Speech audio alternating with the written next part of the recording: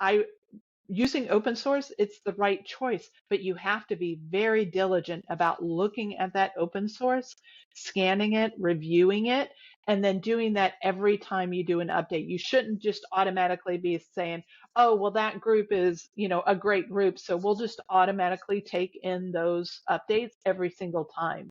And we can't do that anymore. You have to re-verify every single time, use having the proper tools before you might put this in a product that is running somebody's heart. Think of all the medical devices that are out there. There's a lot that's going on in the world, and those supply chain attacks are happening more and more every day, and we just haven't seen them yet. We haven't found them yet.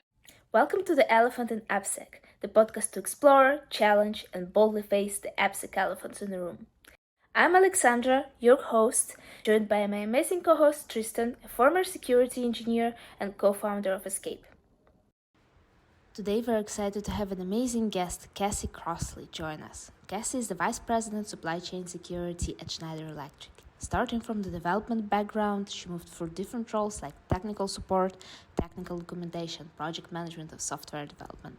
She led compliance, policy, and governance and gradually transitioned to her high-level product security role. Cassie is also the author of Software Supply Chain Security book that has received praise from multiple industry thought leaders. Cassie's goal is to make a difference in the cyber community. That's why she's also a frequent speaker on various supply chain security topics and a workshop trainer. In this episode, we asked Cassie whether it's realistic to have secure software supply chain, why you need to be very careful about what gets committed into the code because of backdoors, how her people-person skills made her switch from development into security, and how it feels to be a celebrity. Dive right in! Hi Cassie, we're very excited to have you with us today. Thanks for taking time to be on the Elephant and AppSec podcast. I think you have been very successful in the field, and you've gathered so much experience and recognition, especially in the field of supply chain security. And you also wrote a book, on the software supply chain and security that's been famous. And I think when we discussed, during our initial call, even people in your close circle told you during dinner, oh, there's a celebrity in the house. So I think how does this visibility actually empower you to make difference, to make sure the tangible difference in improving security worldwide? Right. It is very, very strange. And I was at a conference last week, and I would introduce myself, and they're like, "Oh, I know who you are. You wrote the book." And so, it's a limited audience, very small audience. It'll be a bit different when I go to RSA because there's, thousands upon thousands of people. But, it is nice to know that it's making a difference in the cyber community. And I've got people that I know that said, hey, we're buying this book for all of our marketing and salespeople so that they understand the business we're in.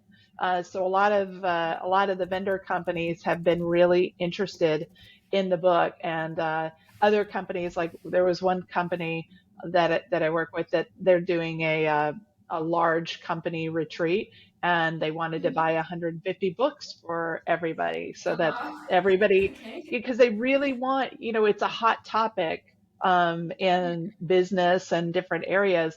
And I wrote the book to be practical, that anybody who really wants to learn more than you can go read a simple blog post, but really, how do you think about this from your business, and how to, what should you be doing?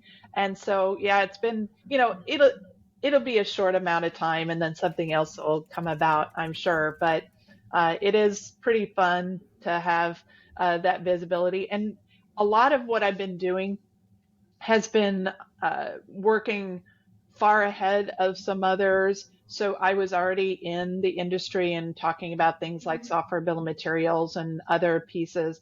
And I frequently go places and like, oh yeah, your name's been mentioned a lot. So I get talked about behind, Yeah, that's behind the nice. scenes. It's more than even just the book, because in a world where, I'm working at just an excellent company, and we're very large, and I'm able to, have tons of people that are also focused on application and product security and cybersecurity, and that makes a big difference. We're able to make these leaps and become world class. So it's not just me, it's that, it's a great system that we have in place and that we're continuously improving, which means that I can go, further ahead and faster than some other companies. Yeah, well, it's great. And you mentioned just it was a hot topic. Why do you think Yeah. it's a hot topic right now? Yeah. So, I think that most people have realized that it became an issue when SolarWinds happened, when Microsoft and governments were compromised. But product security, I mean, our product security office is over 10 years old in our company. It's a key thing. It's something that, when you're an industrial control system company and we do energy management, working with critical infrastructure, it's important. But for me, it's always been an important topic. I come from a development background. I led development teams for very long times, and I've worked with security architects. So when I go into a group, I'm like, "Who's your security architect?" And a long time ago, people were like, "We don't need one." What's it? And we see now that the decisions we made 5 years ago, 7, 10 years ago, or even longer, they had implications. Like I knew when I wrote code, we did admin because there wasn't threat actors trying to get in and infiltrate the systems and so on and so forth. So we've changed over time, and having that background, I know, for example, the XZ backdoor that just came out. I wrote in my book, you need to be very careful about what gets committed into code because of backdoors. I mentioned backdoors several times. We had not had a large scale event with a backdoor in it, and now we have. I mean, these are things that I see and that others see, but until it becomes popular and common media, it may be ignored. We're just, hey, it's just another cybersecurity thing, but it's really important. And this whole world of software supply chain security is important because, these are things that you're not necessarily, you can't stop everything, but you can do so much to improve the quality earlier in the cycle. And knowing about what software supply chain security is and knowing how people could get in, it's important to understand that whole life cycle, which is why I wrote the book that way. Is it's more than just for developers. It's for people who are in IT security. It's for CISOs. It's for CIOs. It's again for people in sales. I mean, and especially procurement. If you're buying something, like you're buying a phone, I use this as my example. You're buying a phone, it's got 50 pre-installed apps if you buy an iPhone. Think of the millions of lines of code that go into those 50 pre-installed apps, let alone all the people who helped assemble that phone, the hundreds of thousands of people just before you got it. Who knows who could have done something to it? Or the moment you turn on the phone, it gets updated with updates of software that you don't know what's in there. So we are really at a point where, the security makes a big difference, and we're going to see more and more of these software supply chain security attacks. And that's how they're going to get to you as a person, you as a business, and you, as a country, is through this supply chain. Yeah, and I mean, I totally, agree with you. And what we've seen, I think, this year, because with NIST 2.0, I think the one that you mentioned that's finalized, the update, I think, end of Mhm. February, right? So it Yes. highlighted like really supply chain security there. And I think there was an introduction of actually the govern function, if I'm not Yes. mistaken, like the emphasis on the supply chain risk management. So what do you think, what do you anticipate would be like the biggest challenges actually to follow on, on this framework and like actually Yeah. implement? Because one thing is, to write the document, but another thing is actually like implementing inside the house.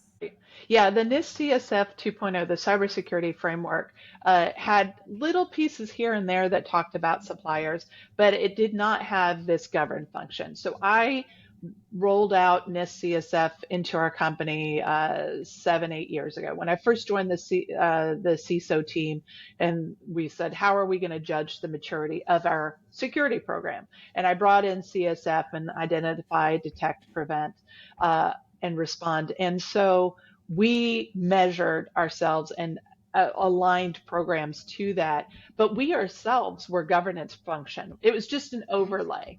So there were things that didn't quite fit.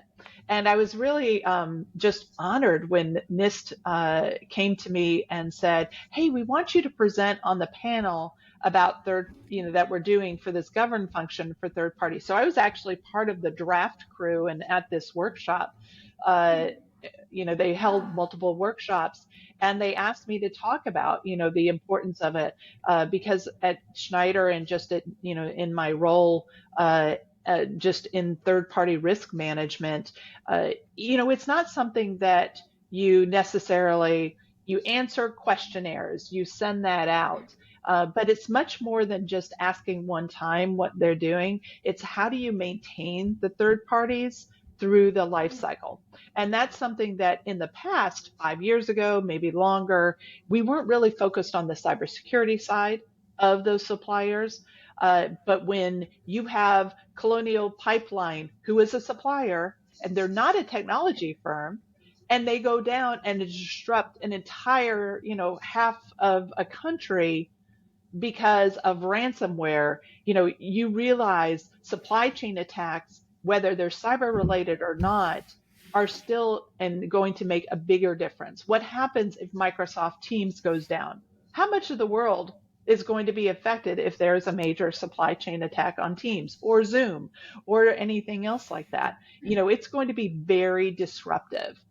And so the NIST CSF and just everybody in general, we've been talking about, do you have an IT cybersecurity posture? But it's really about supplier management. So by adding that governance function in there, it's just starting. There's a lot, that you've got your cyber team, and a lot of times you've got your supplier management. And even us as a very mature company, we've just finished merging that fully together to be able to quantify that. I created a third party risk assessment program over 3 years ago where we checked evidence because from a secure development lifecycle, I can't say, does this ISO 27K certification doesn't ask anything about secure development.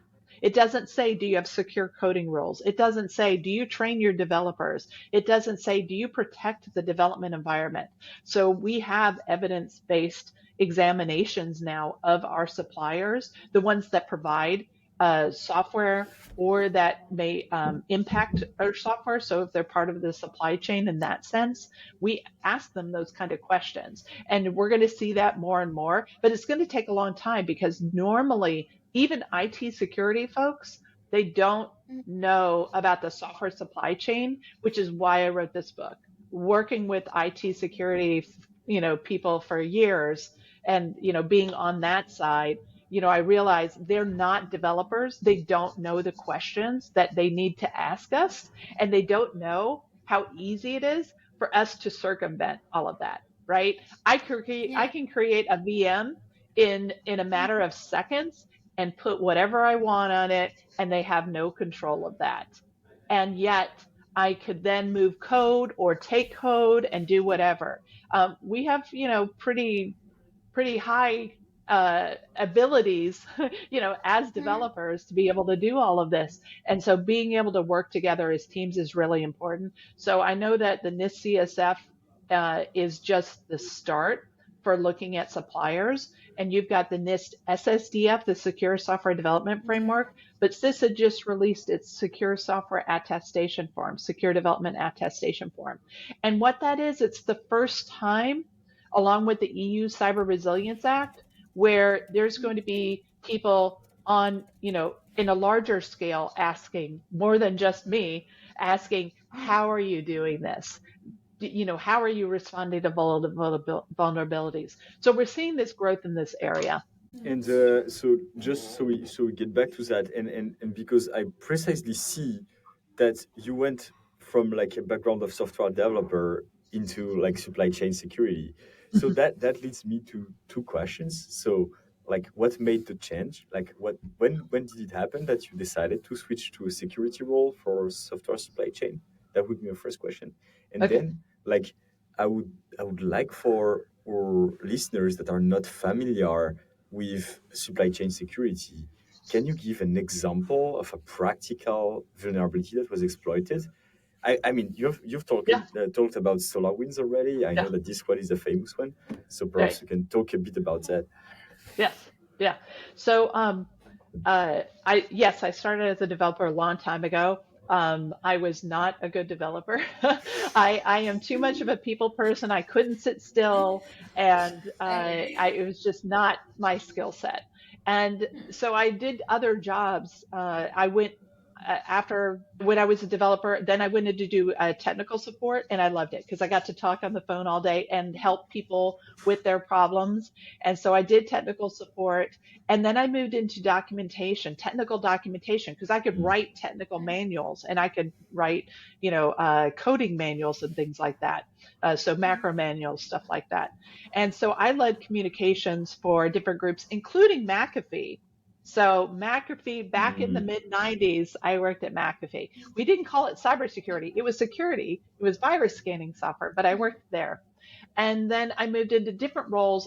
What really happened after that is I moved into project management of software development.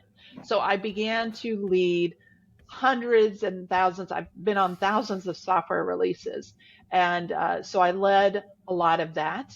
And I've also moved into other roles, such as I took over for, because at one point I wanted to be a CIO. So I took a role as a black belt, the Six Sigma black belt for CIO work for the processes that we had internally at our HR payroll company that I worked at. And then as part of that role, I was able to see more of the breadth. I was in charge of compliance, which, is now, a lot of the GRC. So I did a lot of the SOX and HIPAA and things like that. So I was in that governance level role. And then I also did director of professional services. So I was back to leading a development team, but also business analyst and custom development for customers at that HR payroll. And when I came to Schneider Electric almost 14 years ago, I was the PMO director for our video line of business, which is when I really got into the hardware side and the firmware side. Is not only did I have project managers with software products, but we were also, working with either custom hardware that we were building, the cameras, or DVRs or servers or things like that from different suppliers. So, and I've been in different roles in the companies. I've had 6 roles here. I was the PMO director, then I moved into leading an ERP upgrade, and then a configure price quote platform because I swap between R&D and IT. I want a challenge. So leading large programs, the ERP was a $15 million upgrade, things like that. And then I went to my boss and I was running the sales platform and I said, I'm bored. I want a challenge. And 3 days later, he said, there's something open in the CISO office. I'm like, well, I worked at McAfee. I can do this. So I started leading the policy, the governance and everything. And that's when I brought in NIST, CSF and everything. And then 4 years ago, a little over 4 years ago, I went, said again, I would like to do something more with R&D, and I moved over to the product security office because that's the perfect fit between R&D and working with our 12,000 people in R&D and my cybersecurity. And as a developer, I knew where we should be concentrating and working with them because I've learned a lot on product and application security. So supply chain security and software supply chain security has many different you know facets to it, one of which is product security. But dealing with suppliers is a specific piece. As a company that creates products, we are a supplier. So supply chain security is not only us but who we work with, all of our people internally. And then when you're looking at product, like we build a lot of cyber physical products, a lot of operational technology and industrial IoT. So it's the manufacturing, it's the it could be the project services groups, the people also who are doing field service work, who are going to the data centers to do work on on some of our products. And so all of this is part of supply chain security. And so your second question, and that's how I got into it. It's really, my title now is supply chain security. There's not a lot of people that have that title. But that's because I'm working with procurement, I'm working with suppliers, I'm working with R&D, I'm working with our salespeople, so that I am talking with customers. I'm working with governments because they're very concerned about their supply chains and what's in it.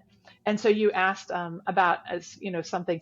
So the XZ backdoor has just hit the news over the last couple of weeks. That's a software supply chain security attack. What happened is somebody noticed there was a difference in the speed of an action that was happening. And so that person investigated it, and they found out that there was a backdoor that had been inserted into open source code. And I wrote about that in my book, that you have to be very cautious about what's in open source code or anything, that backdoors can be put in. In just a few lines of code, you can open up, these ways for it to talk to, command and control systems or something else. And that's where software supply chain security really is, come to this forefront with SolarWinds, and now again with this attack, is these little tiny holes leave entry points in, right? So you could have a building with 2,000 doors on it. You leave one unlocked, and somebody can get in, and that's what's happened in this case. And luckily, it got found, but we don't know the impact. And there are right now a lot of software packages, malicious packages out there that are in these different repositories that have those backdoors and that have, code that can impact a company. And so it's more dangerous than ever to, I using open source, it's the right choice, but you have to be very diligent about looking at that open source, scanning it, reviewing it, and then doing that every time you do an update. You shouldn't just automatically be saying, oh, well, that group is, a great group, so we'll just automatically take in those updates every single time. And we can't do that anymore. You have to re-verify every single time, having the proper tools before you might put this in a product that is running somebody's heart. Think of all the medical devices that are out there. There's a lot that's going on in the world, and those supply chain attacks are happening more and more every day, and we just haven't seen them yet. We haven't found them yet. And like in Yeah, it's very addition to open, sneaky overall and very frightening as well to have like It is. that many possibilities. Like, I mean, like I heard like the stats about that, but like 90% of the applications that we build are actually code that we never wrote, that we Right. imported from us developers. Like that is just supply chain. Like it's just Yes. something that we execute from another developer, which in security everywhere else would be considered very dangerous. But in a developer's world, it's just like everyday work. So it's Yes. crazy if you think about it. Yes, it is. and like in addition to like open source security, like how do you make sure that all those little doors, are locked? Maybe how do you prevent them? Do maybe is actually like we talked about like before us is like bill of materials, software bill of Right. materials is one of I guess the ways to do that, or do you have any other like advice for people who are listening to us? Yeah. Well, there's definitely tools that are helping to look. But really they're looking at, so for software bill of materials, even for this, you wouldn't have known, the software bill of materials would not have told you whether that backdoor was in there. Really the only way you could have known is if you did that code inspection, because there wasn't anything knowing to look out for it. Now that we know that there was a backdoor in that, the software bill of materials will let people know, yes, this product with this version, if it had this exact version, it was compromised, and whether or not that backdoor was done. Sometimes it could be a data exfiltration, data removal that is part of, the malicious code. So it's not always a backdoor. There's many different other ways. So with software bill of materials, it will help you at least know, should you be looking at that. And so, there's tons of developers and people around the world that are looking at their code. Did we use those exact versions? Because it was in two minor releases of it, so that they know whether or not it's in there, and the software bill of materials would let them know. And if they have the right version number, so their development teams are having to let them know, their suppliers, will have to let them know whether or not they were potentially impacted. And overall, the scanning tools are going to improve. We're going to see AI help that. There's a lot of new platforms and a lot of new startups coming out where they're improving the scannability and the reachability of code and being able to detect these things. Look for instances. So, for example, when you're doing, in this case, like a backdoor or any command and control, there's things to look for. Is inspect the code for this, inspect the code for that. And you need that at the source code level, but also, what if you're linking? So what if you're building a SaaS platform, and it's got, it's building things on the fly, and, the containers, everything's happening. It's very real time, runtime. There's platforms now that can watch as it's happening to make sure that there's no software supply chain attacks, because it may not have been obvious because of something it's linking in, which means that it wasn't in this set of code, but I'm linking or calling this other function, and all of a sudden this function is compromised, so it's inspecting that. So there's various different ways. Again, it's really hard, to have, there's no perfect tools. Just like if you did a code review, there's no perfect developer looking at every line of code. No one, there's thousands and No, hundreds it's of perfect. thousands of lines of code, right? Yeah. And so you have to do other things. Like, there's some obvious things. The open source foundations and different areas have, and I mention them in my book, ways to, should you be looking at the quality? There's a scorecard that you can look at the quality of an open source project. Does the open source developer, do they have, are they the only committer? Do they have, is there a reputation? As I mentioned, if there's malicious code going out there every day, if the package is less than a year old, assume it's compromised. I'm just telling you that you should not trust any package that's less than a year old without going specifically through and finding out who the maintainers are and what its purpose for, because so many of them, thousands of packages, malicious packages, are being uploaded and pulled down every day. And they'll have, there's lots of just, I'm going to change the name of the package by one letter. So you think you may have the right thing. It's like, oh, we've been using this forever, and I'm going to go get the latest. And it turns out that that was just and it looks exactly the same, but there's that one or two lines that were switched with some malicious code. So you have to be very observant and have, tools or processes to even look at that level. You just have to assume that it's a risk. And how do we make sure that developers actually are, for example, observant when they introduce this new Right. package? Because that's, I guess, one of the biggest challenges, Right. And that's where, from if you've got a long, a product that's been around a while, and, we hear, and there are, of course, do you maintain those libraries? But there's as much risk as updating those libraries, as we've just seen, as there are, with the existing libraries with vulnerabilities. So you have risk either way. You definitely should be updating those libraries, and some of them may say, depending on the security level of, let's just say, we're trying to address this vulnerability, but we want to wait one more release. So some companies have sort of, we don't want to take the latest and greatest because it hasn't been proven or assessed enough. It just depends on the criticality of the patch or the security update.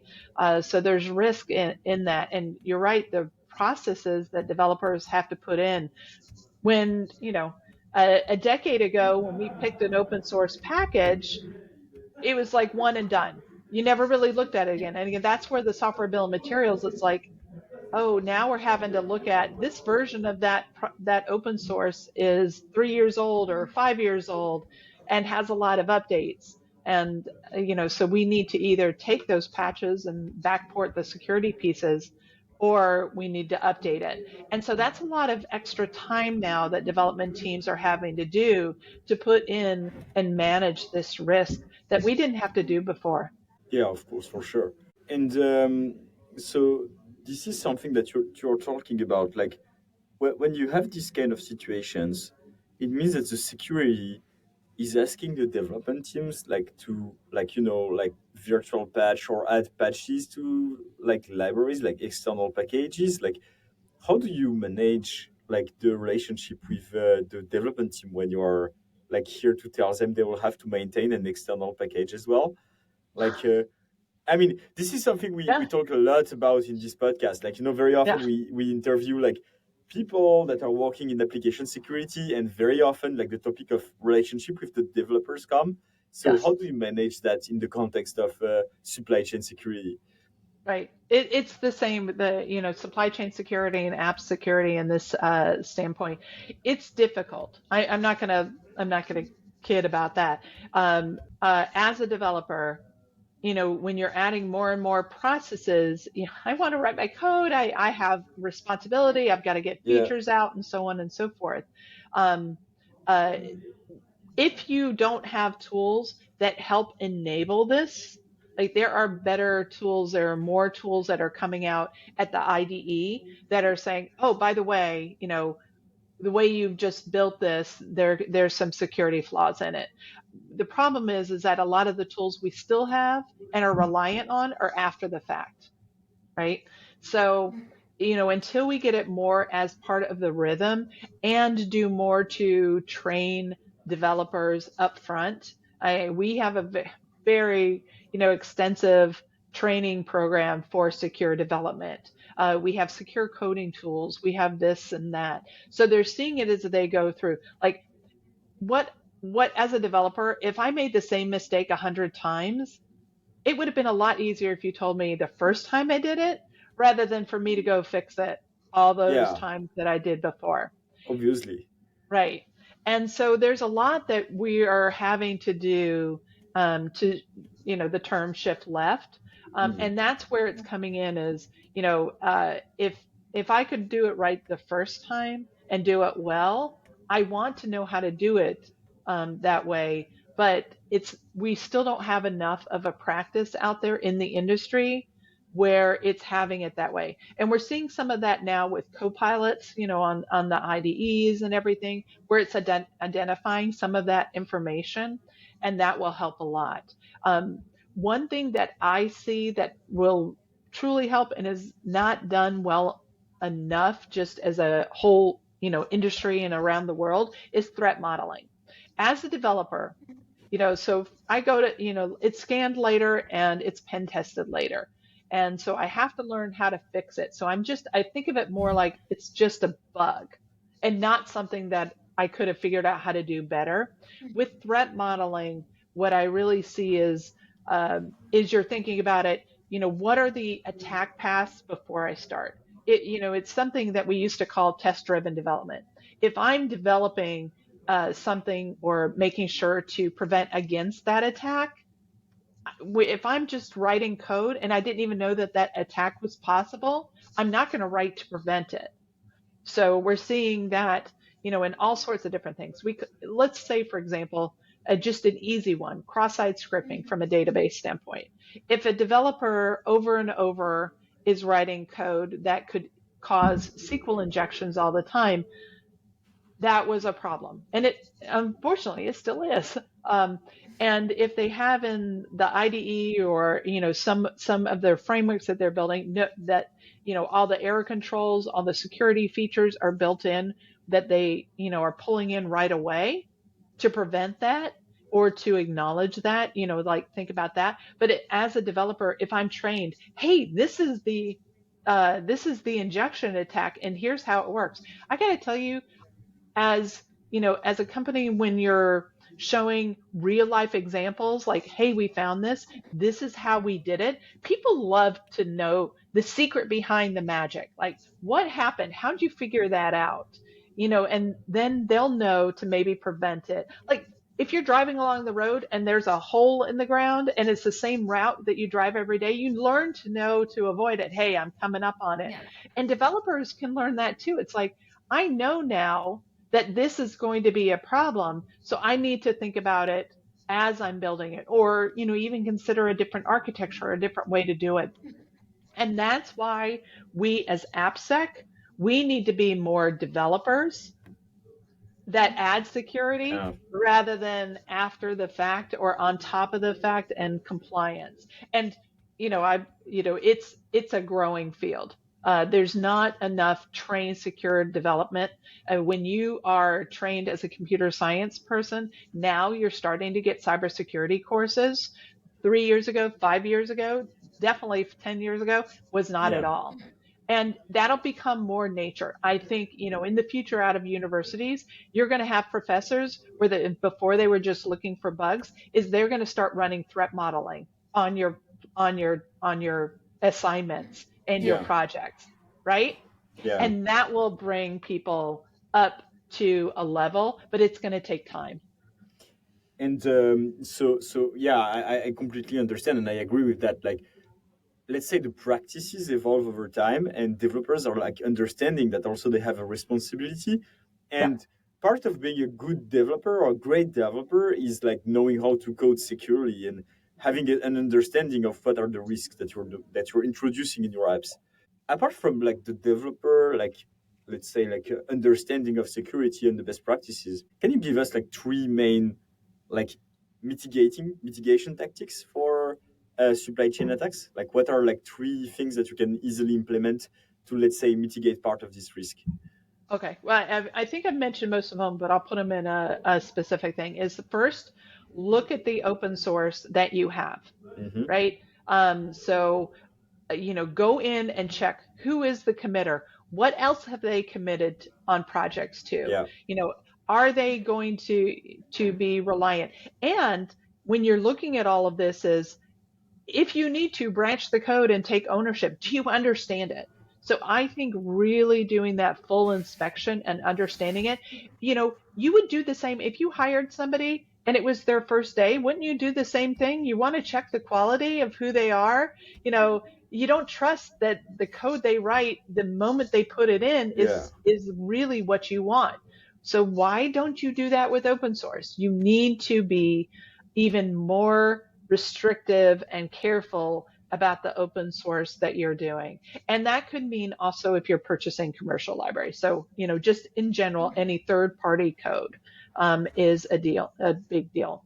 What I haven't mentioned, the second thing is I mentioned a little bit, is the developer environments. Endpoint security from an enterprise level, Okay. very standard, right? So you have, all of these kinds of different controls, if you're working at a large corporation or even small, this is the laptop you're using, so on and so forth. Infrastructure security when it comes to development environments, the build environment, and all of that, cybersecurity experts are not even touching those environments. Those are being constructed by us as developers. And, I'm going to be putting together this VM and pulling down these projects and, putting these plugins. I haven't inspected those plugins.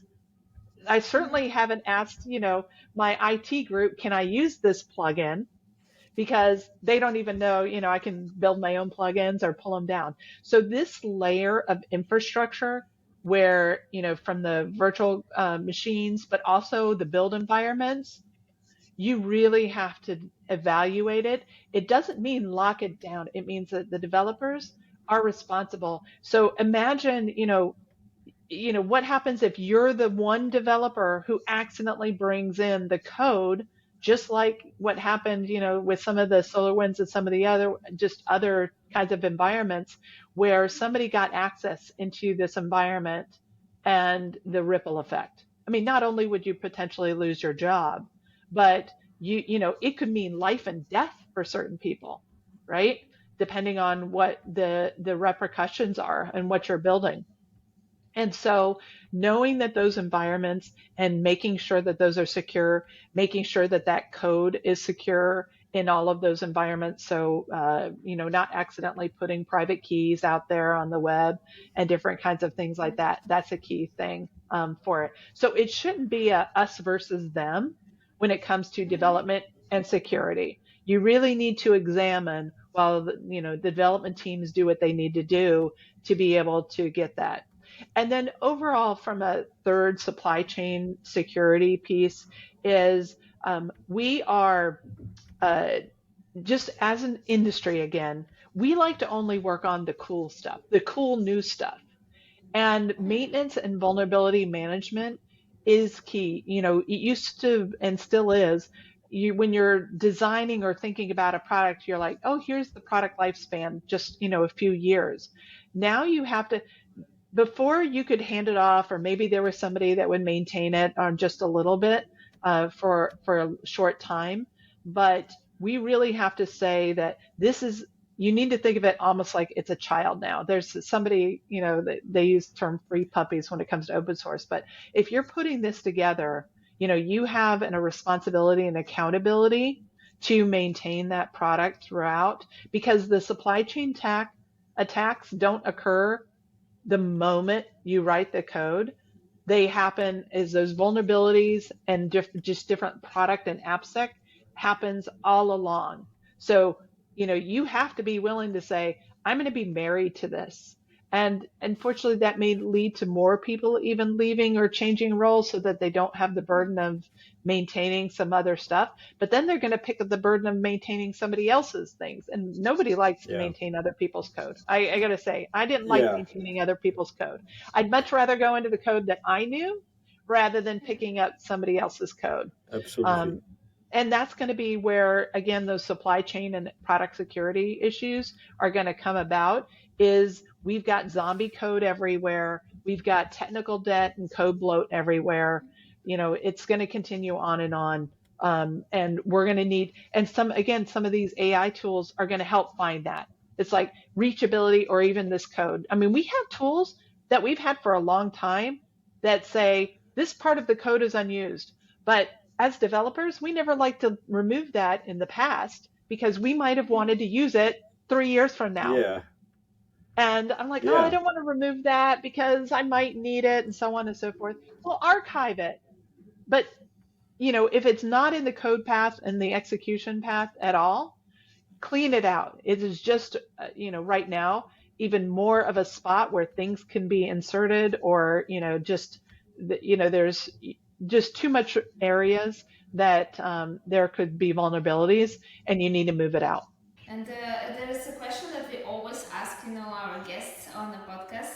If someone in security wants to actually learn more about, software supply chain, or like actually goes as a security person like you in this direction and have, the same scope within several years, what would you advise them to learn?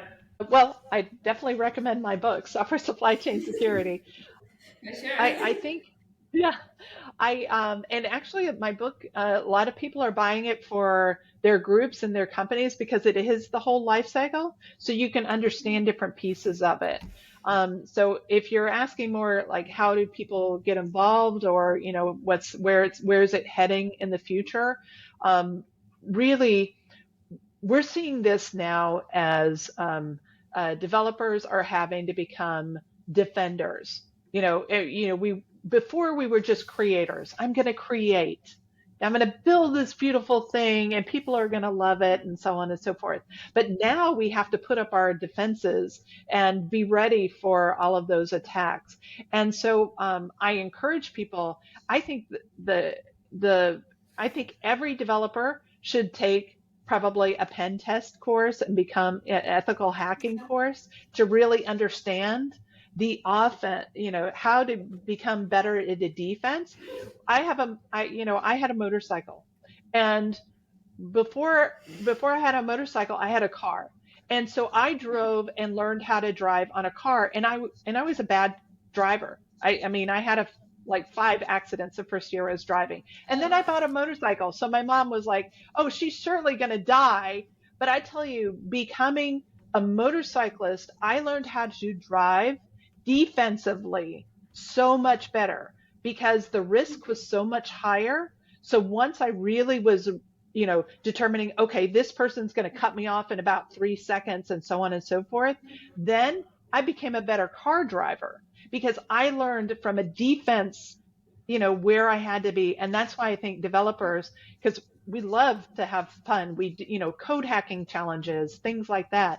So we do capture the flags. People love those because they want to learn and have fun while they're doing it, different things. So taking those ethical, pen testing courses and ethical hacker courses, you learn how to be defensive, how to be better because you're getting up to it, up to a level. So I think software supply chain, one of the things we have to do is give more opportunities to our developers. Like I mentioned, universities, it should be a mandatory, ethical hacking should be a mandatory course because that way you learned how to defend yourself. And we're going to get to that point in the future, but that's where I think people should be heading and thinking about software supply chain. You have to, unfortunately, think like the malicious actors.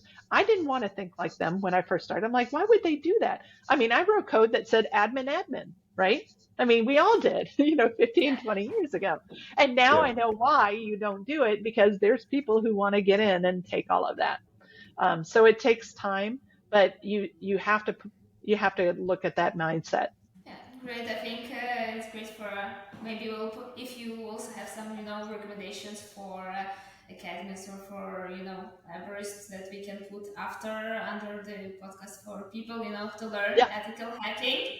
That yeah. would There's be there's a great. lot of free stuff. Yeah. Um, Yes. yeah, So great. Well, thank you so much for being for coming on the podcast and sharing your knowledge with us. And we're also gonna put, yeah, of course, link to your book afterwards for thank you. everyone who still didn't purchase it in the field to buy it. So Yeah, thank you so much. yeah. Thank you, Thank you so Cassie. much for having me. It was great to have you as a guest. Thank you.